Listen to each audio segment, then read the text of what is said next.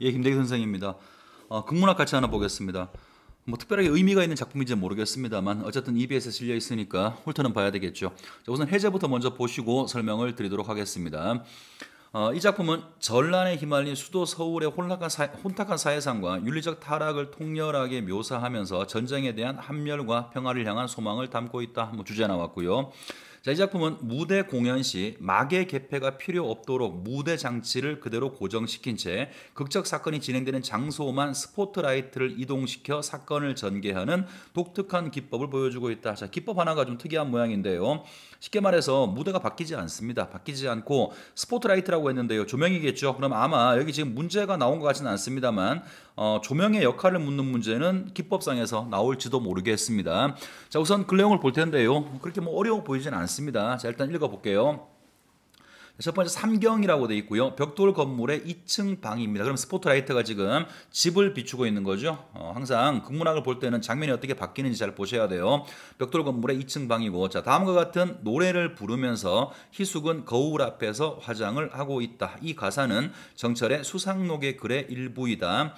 자, 삭풍은 왜 살을 여위는가? 봄바람을 부드럽게 하기 위해서. 자, 그러면 아마 뻔한 거죠, 그죠? 뭐 어떤 시련 고난 부정적 상황이 왜 생기느냐? 봄바람을 부드럽게 하기 위해서 그렇다. 또 여름비는 왜 세차게 내리는가? 뭐 같은 구조고요. 은빛 구름을 가을 하늘에 날리기 위해서 또 뭐 마찬가지로 시련과 고난은 긍정적 상황을 위해서 그렇다.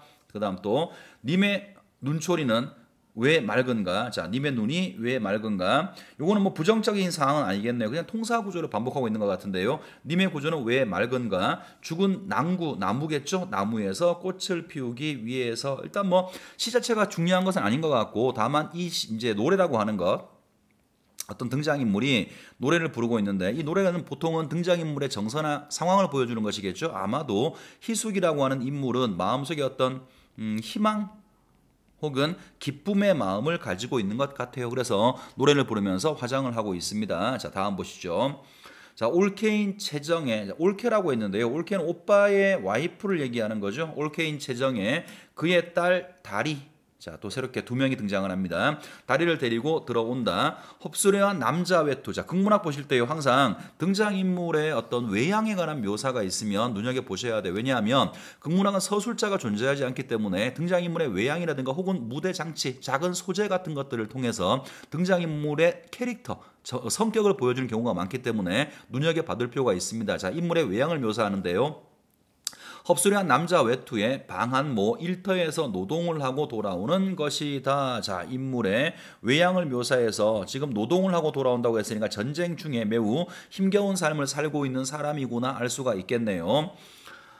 그 다음 또, 자, 그의 허리에는 돌 깨는 망치, 손에는 저녁 찬거리, 돌 깨는 망치가 있대요. 아마 좀 남자들이 하는 험한 일을 하는 모양입니다. 손에는 저녁 찬거리, 희숙은 몸치장에 열중한 나머지 올케가 들어온 줄도 모른다. 자, 다리가 희숙이에게 달려가면서 반가이 고모라고 부르고 희숙이 깜짝 놀라면서 에구 미안해요 언니 돌아오는 줄도 모르고 있어서 자, 오늘 수입은 얼마나 되죠? 달아 추웠겠구나. 자, 정혜가 바짝 모양을 낸 것을 보고 자, 이제 보세요. 아니 오늘 무슨 날이기에 자, 뭔가 살짝 기대감을 보여주고 있습니다. 자, 이 부분을 좀 눈여겨보셔야 되는데요. 둘 다 지금 뭔가 기대를 하고 있는 건 마찬가지인데 그 기대의 대상이 달라요. 자, 일단 정혜가 모양 낸 모습을 보고 뭔가 물었죠. 그랬더니 희숙이가 가다 오다 넉마를 벗어오는 것도 좋지 않으자. 살다 보면 넉마 이렇게 뭐 누추한 옷차림 벗어버리고 가끔 꾸미는 것도 괜찮지 않겠느냐. 이 지옥에서 땡땡땡. 자, 이 지옥이라고 하는 건 지금 전쟁의 상황, 전쟁 때문에 집안이 좀 힘든 상황이겠죠. 그런 상황을 지옥이라고 부른 것 같아요. 어쨌든 간에 정혜의 물음에 대해서 즉답을 하지는 않습니다. 자, 그랬더니 정혜가 다급하게 고모 무슨 소식을 들었구려. 또 역시 기대감 보여주고 있죠. 자, 희숙이가 응 하고 물었습니다. 그러니까 뭔가 지금 정혜하고 희숙이랑 의사소통이 잘 안 되는 것처럼 보입니다. 자, 정혜가 나도 이걸 사왔는데 뭔지 알아맞혀 보시오. 바쁜 듯이 종이를 벗겨 중절모 하나를 내놓으며 다리 아버지 해야. 자, 다리 아버지 것이야 이런 말이에요. 자, 다리 아버지는 아직까지 한 번도 등장하지 않았죠. 자, 희숙이가 눈이 동그래지면서 오빠의 어머나 언니 어찌 된 거요? 납치된 오빠가 자, 등장인물의 대화를 통해서 지금 이 집안의 가장 정의 남편 혹은 희숙의 오빠가 지금 상황이 납치되었다라고 하는 걸 알 수 있죠. 자, 북한으로 아마 납치된 모양입니다. 납치된 오빠가 살아왔소. 정혜가 아씨부터 말해봐. 왜 모양을 내는지 땡땡땡. 그러니까 아마 이런 거겠죠. 정혜 입장에서는 희숙이가 지금 하지 않던 화장을 하고 모양을 내고 있어. 그게 아마도 오빠, 다시 말해서 정혜의 남편이 돌아온다는 어떤 소식을 듣고 혹시 저러는 게 아닌가라는 기대감 때문에 그렇게 물으면서 자기도 그런 기대감 때문에 중절모를 사왔다라고 말하고 있는 겁니다. 자, 희숙이가 자, 언니부터 정혜가 꿈을 꾸었어요. 자, 특별한 근거가 없는 거죠. 남편이 지금 돌아올 것 같아가지고 기대감 때문에 모자를 사왔는데 꿈에서 남편을 봤다라는 거죠. 특별한 근거는 없습니다. 자, 희숙이가 자, 내가 꿈을 꿨다. 언제?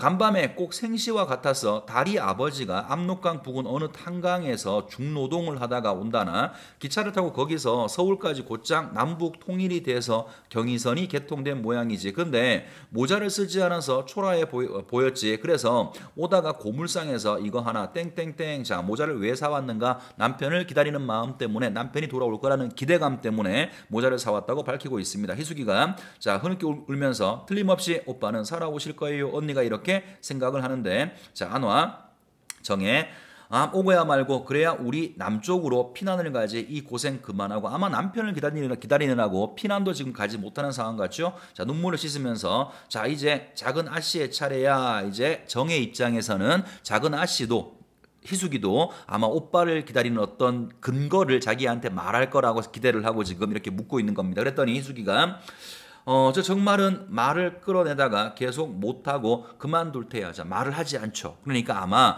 내가 이 말을 하면 언니의 기대에서 벗어날 것 같으니까 말을 하지 않는 겁니다. 그랬더니 정혜가 다시 뭔데라고 묻습니다. 자, 희숙이 언니 용서해 주겠소. 정혜 말을 해야 용서고 뭐고 있지. 희숙이 오빠와 관련이 있는 사람이야. 정혜가 행여나 작은 아씨하고 약혼했던 철이란 자, 짐작을 했어요. 그죠? 자, 철이라는 인물이 새롭게 등장을 했는데 이게 아마 전쟁 전인가 그럴 때 아마 정혜랑 약혼한 사이인 모양입니다. 희숙 시선을 피한다. 자, 시선을 피하는 거 보면 맞다는 얘기죠. 그죠? 그러면서 얼른 알아채고 아니 그자야. 자, 뭐라고 불렀어요? 아까는 철이라고 부르다가 지금은 그자라고 부르죠. 이러한 명칭을 통해서 정혜가 철이를 바라보는 부정적인 시선을 확인해 볼 수가 있을 것 같아요. 자, 희숙 왜 안 돼? 정혜가 자, 우리 집안을 망쳐놓은 그 악질. 자, 이제 왜 저렇게 그자라고 부르고 부정적인 시선으로 바라보는지 이유가 나오죠. 정확하지는 않습니다만 철이가 집안을 망쳐놓았답니다. 제 스승을 이북으로 납치시킨 자, 아까 북으로 납치된 사람이 누구였어요? 정혜의 남편이죠. 그러니까 제 스승이라고 하는 것은 정혜의 남편을 얘기하는데 그럼 인물 간의 관계가 만들어지네요. 정혜의 남편은 철이의 스승이었던 모양이죠. 다시 말해서 정혜의 남편의 제자와 그 여동생인 희숙이가 약혼한 사이였는데 아마 어떤 이유인지 잘 모르겠습니다만 그 제자가 어떤 이유로 자기 스승인 많이 복잡해지네요. 정혜의 남편을 납치시키는데 아마 가담한 모양입니다. 그것 때문에 정혜는 그 철이라고 하는 인물에 대해서 매우 부정적인 인상을 가지고 있는 것 같아요. 자, 계속 보겠습니다. 희숙, 그건 우리가 이성을 잃은 6.25 때 일 아니요, 언니. 자, 정혜, 그자와 제발 만나지 말아줘. 부탁이야. 자, 그 다음. 이때 한 길에서 희숙이하고 철에 부르는 소리가 들린다. 자, 장면이 바뀐 건 아니에요. 그죠? 계속 같은 장면이고 등장인물이 새롭게 등장을 하고 있는 겁니다. 자, 정혜, 바로 저자야. 당황해야 한다. 희숙, 한 길을 내려다본다. 제발 좀 못 오게. 철, 어느새 문을 열고 나타나 정혜에게 반가워하며 사모님, 누구예요? 희숙을 이렇게 부르는 거죠. 자기 스승의 와이프였으니까 사모님이라고 부르는 것 같아요. 자, 그 다음에 정혜, 증오에 불타는 눈으로 자, 철이에 대한 정서가 나오죠. 증오에 불타는 눈으로 철을 쏘아보고 꼿꼿이 서있다. 희숙은 어쩔 줄을 모른다. 자, 달이 벼랑간 엄마하고 자지러지게 울면서 정혜의 목에 꽉 매달린다. 그러면 아마 이 달이라고 하는 아이조차도 철이에 대해서 부정적인 정서를 가지고 있는 모양이죠. 자, 철이가 아니 다리가 왜 다리를 안으려고 한다. 달이 벌에 쏘인 듯이 기겁을 하면서 고함을 친다. 싫어. 인민군 싫어. 자, 자기 아버지를 북한으로 납치시키는데 일조한 놈이 철이라는 사실을 다리도 알고 있는 모양입니다. 자, 정혜가 가만히 그러나 떨리는 목소리로 나가요 얼른.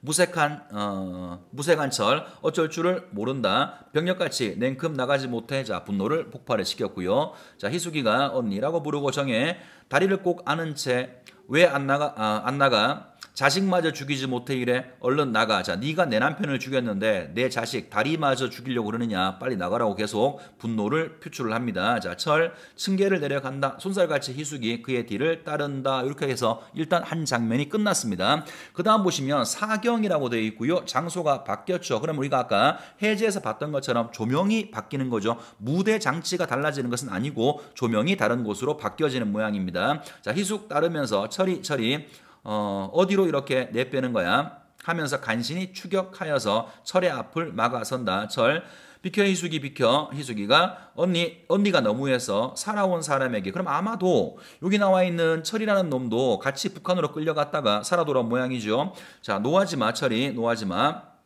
절 사모님이 너무한 게 뭐야? 내가 나빴어. 자 자책합니다. 왜 내가 죽지 않고 살아왔다 물고 있고요. 희숙이 철이 자 철 지금도 난 기억하고 있어. 6.25 때 난 놈들의 협박에 못 이겨서 선생님이 숨어 계신 데를 가르쳐 줬어. 자 이제 왜 정혜가 싫어하는지 이유가 나오네요. 선생님을 잡아간 자는 놈들이었지만 그걸 방조한 자는 나야. 그뿐인가? 이렇게 살아는 있지만 그때 난 희숙이 마저 여자 의용군으로 나가는 걸 방관해서 아마 6.25 때 철이가 빨갱이 놈 짓을 좀 했는 모양입니다. 북한군 편에 서서 빨갱이 짓을 한 거에 대해서 지금 후회하는 그런 말을 하고 있습니다. 자 희숙이가 내 말은 빼줘. 무슨 말인가요? 나를 의용군으로 보낸 건 상관없다라는 거죠. 자 철이가 왜냐고 묻고요. 난 철을 원망한 적은 없으니까. 거짓말이야. 인간이면 원망해야 돼. 다리는 천진하기 때문에 감정을 속이지 않는 거야. 그래서 나를 얼씬도 못하게 하는 거지. 사모님이 나를 내쫓는 건 당연해. 난 살아서는 안 되는 걸 살았고 와서는 안 될 때를 왔어. 단지 희숙이가 보고 싶은 일념에서 전후사를 다 읽고 땡땡땡. 계속 지금 이 사람은 자책하고 있는 거지요. 그랬더니 희숙이가 941성으로 살아나서 우리가 여기에 낙심하면 어떡해? 철이 내가 언니한테 양해를 구할 테니까 낙심하지 마. 언니는 그동안 고생도 많이 했을 뿐더러 원체 이해심이 많은 분이니까 그때 경우를 잘 말하면 양해해 줄 거야. 6.25 전엔 그 언니가 얼마나 6.25 전이죠. 다시 말하면 네가 우리 오빠를 팔아먹기 전 그때는 언니가 얼마나 철이를 찬미했다고. 자 철이가 지금은 보세요. 이 인물에 대해서 정혜의 심리가 바뀌었죠. 찬미라는 말이 말 그대로 칭찬했다는 말이겠죠. 6.25 전에는 자기 남편의 제자로서 철이를 굉장히 칭찬했어. 근데 지금 이 상황 6.25가 터지면서 제자가 자기 남편을 팔아먹은 상황을 알게 되면서 정혜는 철이에 대한 심리가 바뀌게 되는 겁니다. 어쨌든 간에 6.25 전에는 철이를 얼마나 찬미했다고. 오빠 문화생으로는 제일이라고 누구에게나 그랬는걸. 자 철 한 번만 용서해 주시면 난 어떻게든 해서라도 그 속죄를 하련만. 아니야 그만둬. 아무래도 난 땡땡땡. 희숙 가만히 있어 철이. 내가 다 알아서 할 테니까 철을 밀어내 보낸다. 자 끝났죠 그죠? 그럼 여기서 희숙이라는 인물, 이 인물은 나름대로 굉장히 좀 낙관적인 인물, 미래를 바라보는 것을 비관적으로 보는 것이 아니라 낙관적으로 바라보는 그런 캐릭터의 인물처럼 보입니다. 자 일단 글 내용은 굉장히 단순합니다. 자 문제 볼게요. 첫 번째 문제, 윗글의 등장인물에 대한 이해다 적절치 않은 것. 자, 인물의 캐릭터 묻는 것이나 아니면 글 내용을 묻는 문제겠죠. 자, 1번부터 갑니다.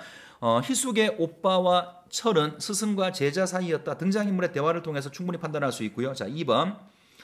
정혜는 전쟁 전부터 철이에게 반감을 가지고 있어. 우리가 제일 마지막 부분에서 봤었죠. 정혜는 전쟁 전에는 반감이 아니라 찬미했다고 했으니까 2번이 일단 잘못 얘기했고요. 자, 3번. 정혜와 희숙은 다리 아버지의 생사를 모르고 있어. 그러니까 살아 돌아올지도 모른다라고 하는 기대감을 가지고 있는 거겠죠. 자, 4번. 6.25 전쟁 당시에 정혜의 남편은 인민군에게 납치되었다. 아까 우리가 3경에서의 대화를 통해서 혹은 4경의 대화를 통해서 충분히 판단할 수 있고요. 자, 5번. 다리는 자신의 아버지를 잡아간 사람들과 철이를 같은 편이라고 생각하고 있어. 그러니까 인민군이라고 불렀죠. 답은 일단 2번이고요. 자, 넘어가기 전에 한번 왜 굳이 답이 2번으로 답을 만들었을까 생각해 봅시다. 어떤 등장인물, 자 A라는 인물이 있고요. 자, 이 인물에 대해서 X라는 인물, 자 A라는 인물이 X라는 인물을 바라봤을 때 뭐가 바뀌었어요? 정서의 변화가 있죠.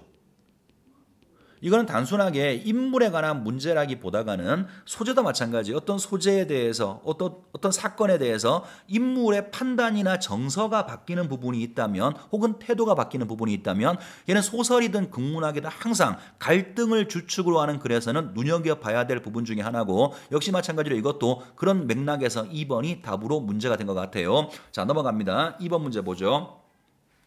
윗글을 상연할 때 기역 미음의 연출가가 연기자에게 지시할 내용이다. 적절치 않은 거. 자, 극문학이 나오면 항상 나오는 문제죠. 왜냐하면 극문학은 소설과는 다르게 서술자가 존재하지 않기 때문에 등장인물의 심리나 혹은 정서 같은 것들을 연기로 보여줄 수밖에 없는 거죠. 그래서 결과적으로 이런 것들은 그 대사를 할 때 등장인물이 어떤 심리를 보여줄 것이냐를 묻는 그런 문제입니다. 자, 일단 1번부터 보시죠. 1번이 희숙이 노래 부르는 부분이죠. 철과의 만남을 기다리는 희숙의 기대감이 드러나 있어. 희망, 기대감. 1번은 문제 없고요. 자, 두 번째는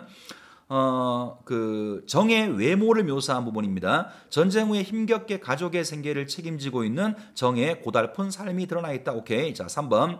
자, 디귿은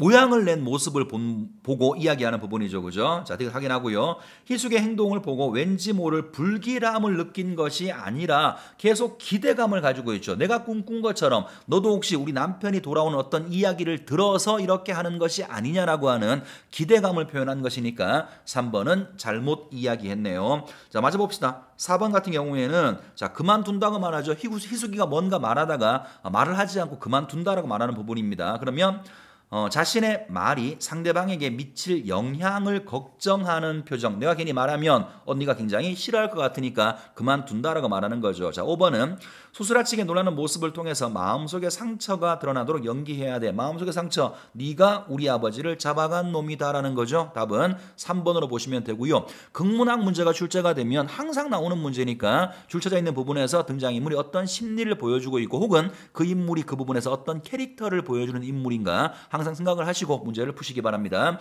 자, 마지막 3번 문제로 가죠.